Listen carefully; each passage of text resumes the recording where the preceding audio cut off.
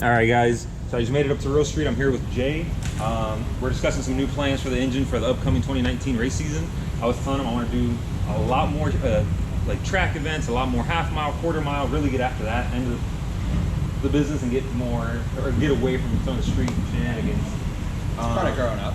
It's part of growing up. Yeah, part of growing up is getting off the streets. In my previous video, I talked about my daughter just turning 1. That's a big influence. The wife is pushing me for a road cage. I might do that. I hear you. So this motor I've had for about 4 years now, and I said in the previous video I've ran the hell out of it, from spraying it to the high boost over and over and over again. And just recently I started experiencing some what we believe is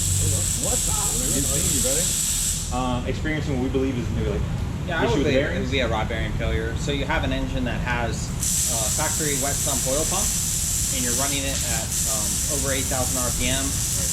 The quality of the oil passing through the system isn't that good, and the rod bearing with a steel rod sees an accelerated wear. So this is why manufacturers like BMW, Porsche, Mercedes, all their expensive highline engines have dry sump systems, because a dry sump system will offer a better oil quality throughout the engine's life. Yeah, that's awesome. So I was mentioning to Jay, I was asking for his advice, maybe to offset some of that. I was considering going an aluminum rod, just kind of getting some feedback on that as well. So an aluminum rod will generally last about as long as a set of pistons in an engine of this caliber. So instead of the steel rod engine with a factory wet sump having an accelerated death of the rod bearing, the aluminum rod, because it transmits less vibration and less harshness from the top of the piston to the crankshaft, the bearing will live quite a bit longer. So the engine that's in my car right now is the engine that I went 200 and a half mile with last year, and it's an aluminum rod 3.2, and I've been driving it that way. You know, you have to be careful if you're in an area that has really cold temperatures, because at a cold temperature you won't have any bearing clearance at all. This is why, like, an extreme example of this would be like a Formula 1 engine, that at room temperature the engine won't even rotate. You have to warm the engine up before you start the engine. So if you're in a cold climate, you'd have an oil heater for your aluminum rods, but down here in Florida, not really something we have to worry about. Right. Yeah, so that's definitely something I'm interested in. Let me see. I wanted to also mention to you, I run GSC S2 billet can. Yep. And I was having an issue with the intake side, where my cam position sensor wasn't picking up the cam. I was having an issue starting the car. Yep. So we had to make some changes to the EM to make it more sensitive to where it'll pick it up. Right. We used that and got away with it for a little bit of time. And then the problem just came back again.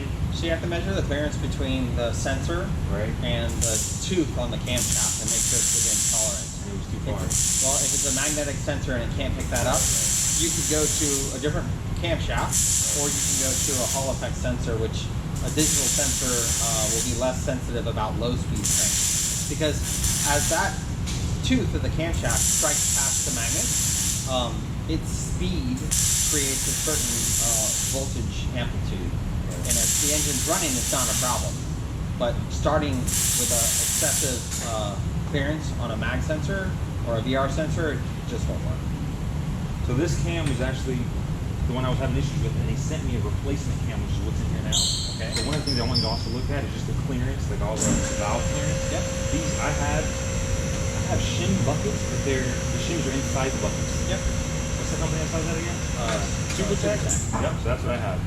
So we measured the clearance, and it seemed okay when we swapped the cams, and just to make sure now that home orders. So another thing that I've had good experience with is a DLC coated bucket. I've had DLC coated buckets in my car since 2011. When you look at my bucket, it looks just like a mirror, and my camshaft looks perfect.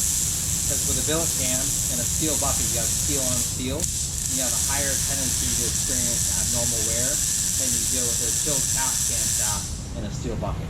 Also, with a lot of the foolery we do with RPM and beating on the engines, the DLC coated bucket also adds longevity from the aspect of even with a steel cap cam, because that surface has it is a slicker surface for the oil to operate on.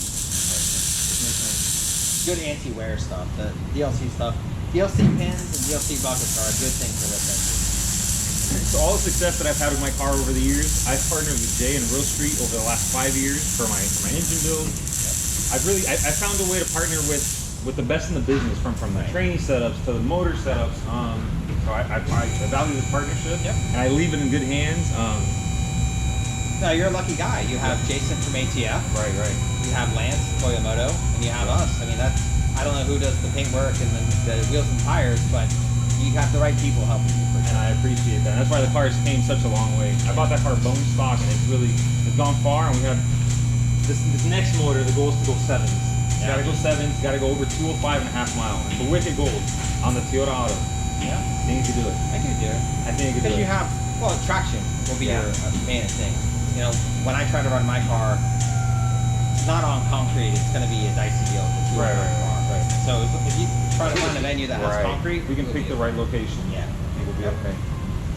So we'll leave it at that, guys. He's got to get back to work. Thanks. Yeah. Thanks so much, Dave. See you soon.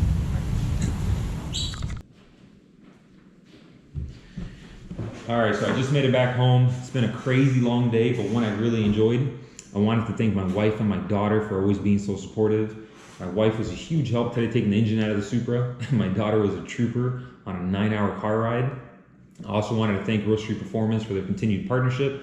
It means the world to me that you choose to partner with Baltic Supra and myself. I'm aware that you guys don't work on customer cars anymore or build race engines for customers anymore. You're more focused on part sales. So again, the fact that you choose to partner with myself on my car means a lot. I hope I make you guys proud for the 2019 racing season. So that's going to conclude this video. A follow-up video from this one, or the next video, is going to be visiting ATF, Automatic Transmission Factory, visiting Jason, the owner, and his crew there. We're going to be discussing some new changes for the A340 transmission, the original Auto Trans that comes in the Toyota Supra, which is what I run in my car.